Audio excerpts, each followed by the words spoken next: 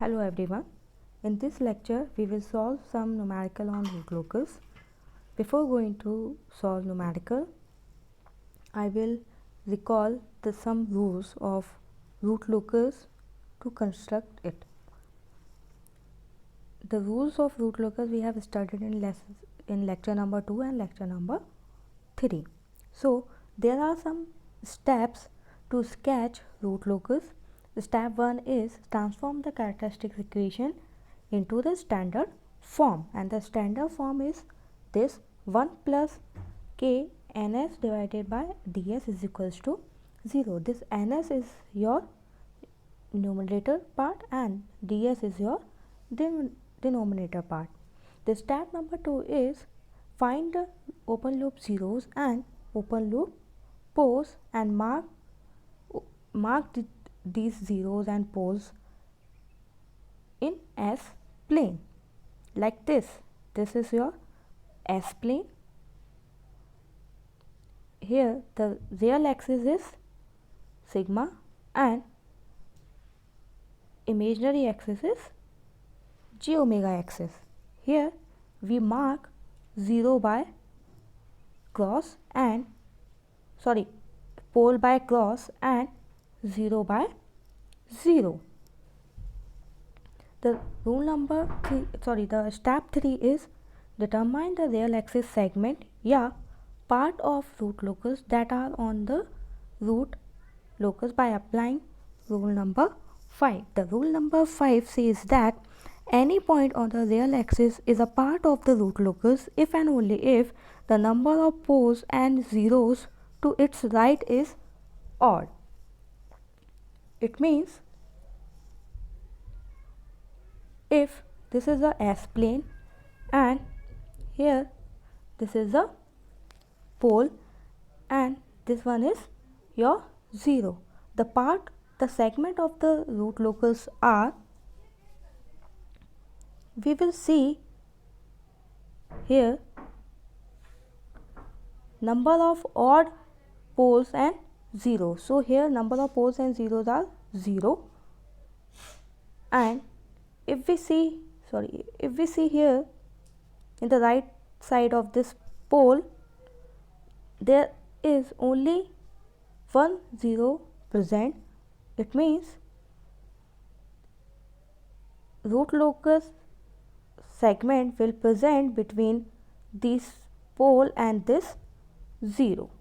This.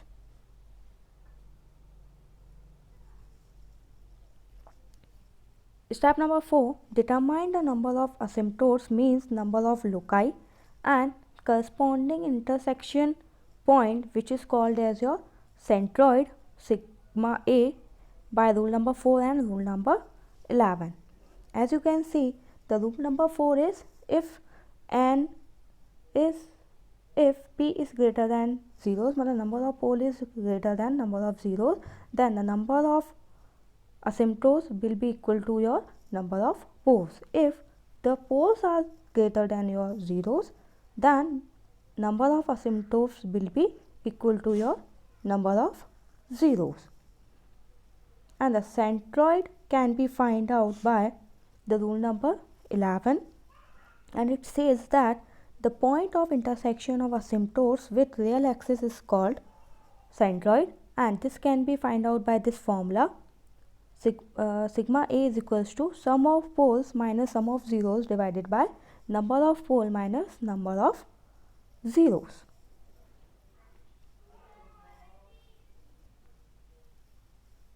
Now the step number 5 is determine angle of asymptotes theta k by applying rule number 7, and this can be found out by this formula. Angle of departure can be found out by this formula: when p is greater than z and when z is greater than p. This formula can be applied by when z is greater than p, and this formula will be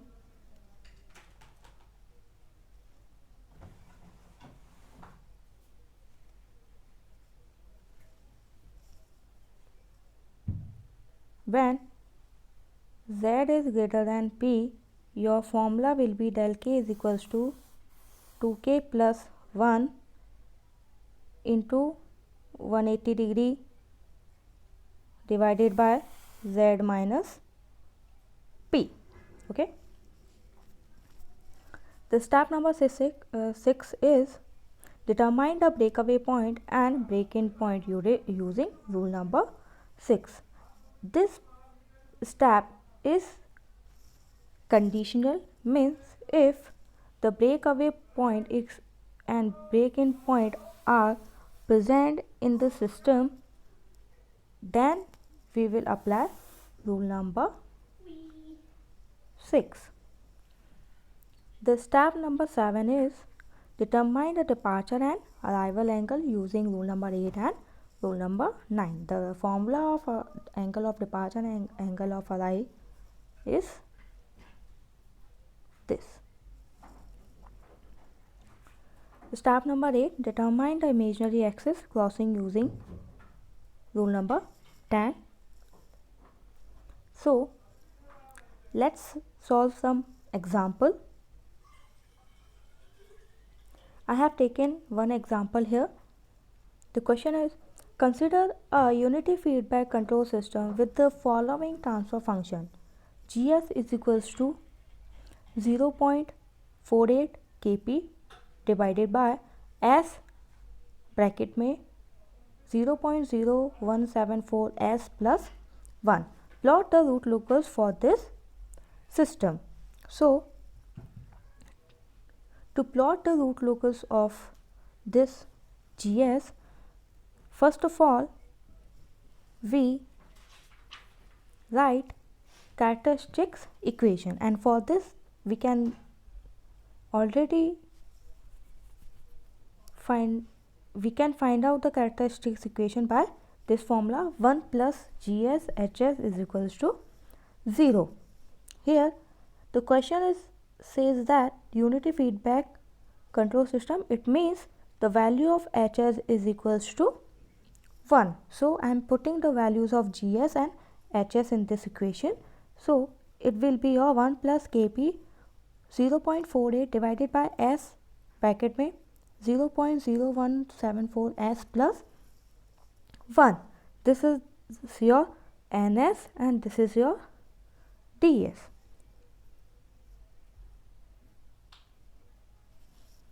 Now we will follow the steps to sketch the root locus. So the first step is transforming this characteristics equation into a standard form, and the standard form can be written like this.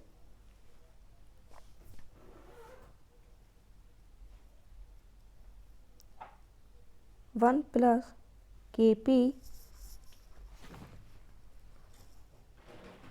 0.48 divided by S 0.0174 S plus 1. Now by taking 0.0174 in common, so it will be 48 kp divided by S 0.0174 is equals to 1 plus 1 upon 0.0174. So this will become your 27.5 and this will become your 57.47.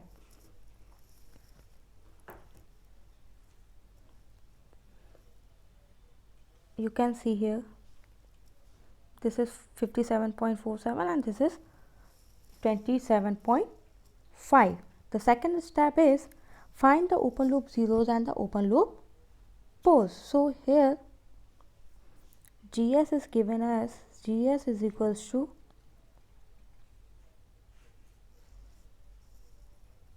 0.48 Kp divided by S 0.0174 plus S plus 1.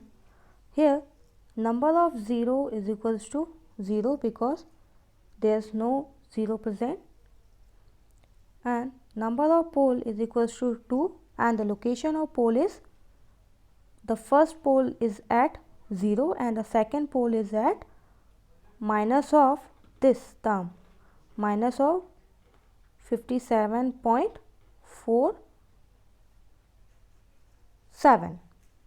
So we will locate these zeros and pole in S plane. The S plane is this, this is j omega axis and this is sigma. The first 0 is present at 0, is at origin, and the second pole is present at minus 57.47, as you can see here in this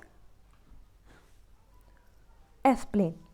Now we will find the segment of the root locus, and this segment of the root locus can be found out by the rule number 5. If we see here and in the right side of the second pole there is only one pole, so here root locus will exist. And if we see in this section there are two poles present, means pole number 1 and pole number 2, which is a even number, so here root locus does not exist. Now the step number 4 is determine the number of asymptotes and the corresponding intersection. Sigma A means the centroid of the asymptote and the angle of asymptotes by applying rule number 4, 11 and rule number 5. The rule number 4 is number of asymptotes. So in the given transfer function there is only two pole present, it means P is greater than 0, then the number of asymptotes, or I can say number of root loci, will be equal to the number of pole, which is 2, means there are two root loci. And by the rule number 11 means centroid of the asymptotes can be found out by sigma A is equals to sum of poles minus sum of zeros divided by P minus Z. So here the first pole is at 0 and the second pole is at minus 57.47, minus, now zeros are absent, so here will be 0, and the number of pole is 2 and the number of zeros are 0, so the centroid will be your this minus 28.74, and the number and the angle of asymptotes can be found out by 180 degree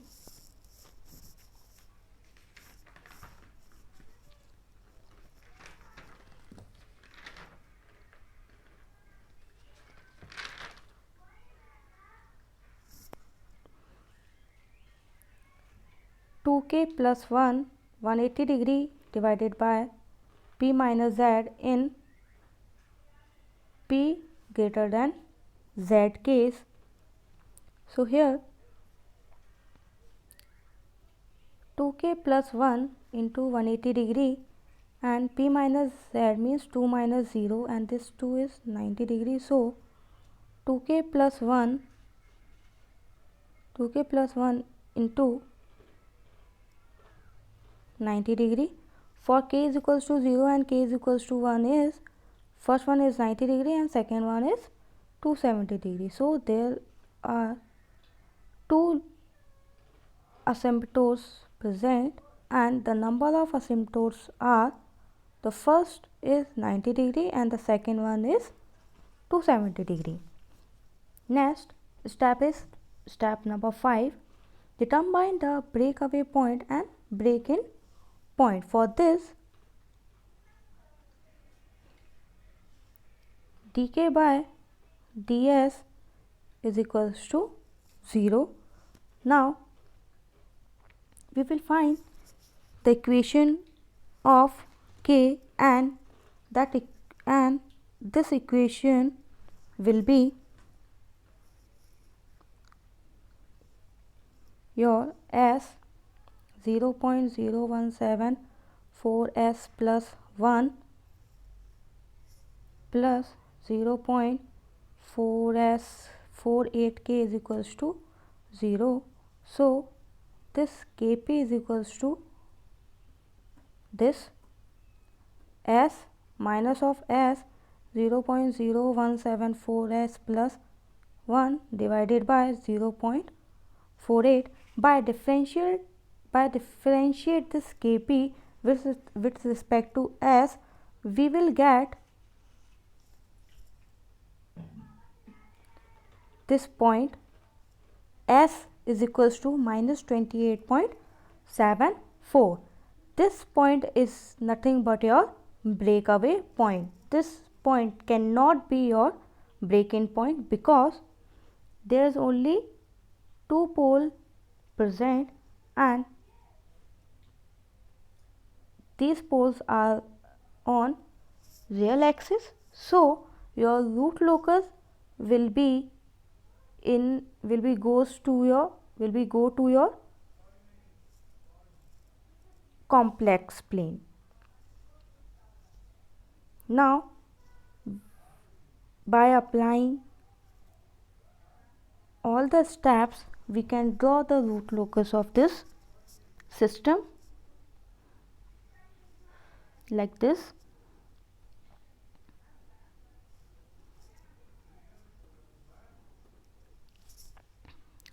This is our first pole and this is the second pole.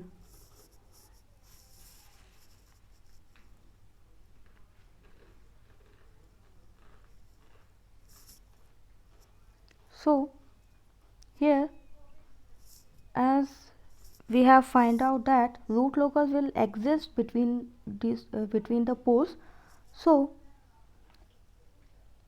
the breakaway point will be at 28.74. As we know from the rule number 1 that your root locus will start from the open loop poles and it terminate at open loop zeros. So here the root locus will start like this. These two are your open loop poles. So root locus will start from these two poles like this and this will meet at your breakaway point, which is at minus 28.48, this value. So here this root locus meet and the number of asymptotes and their angles are, the centroid of the asymptotes is 28.48. So two asymptotes will be like this. This is your making 90 degree and this will make your 270 degree.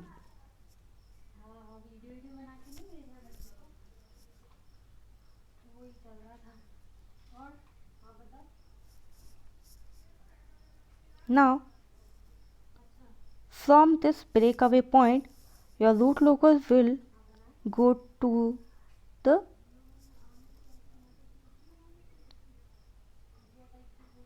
complex plane and follow the angle of asymptotes, which is 90 degree and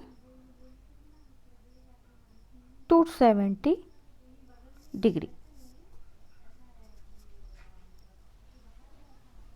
Now by applying all the rules and steps, you can draw the root locus.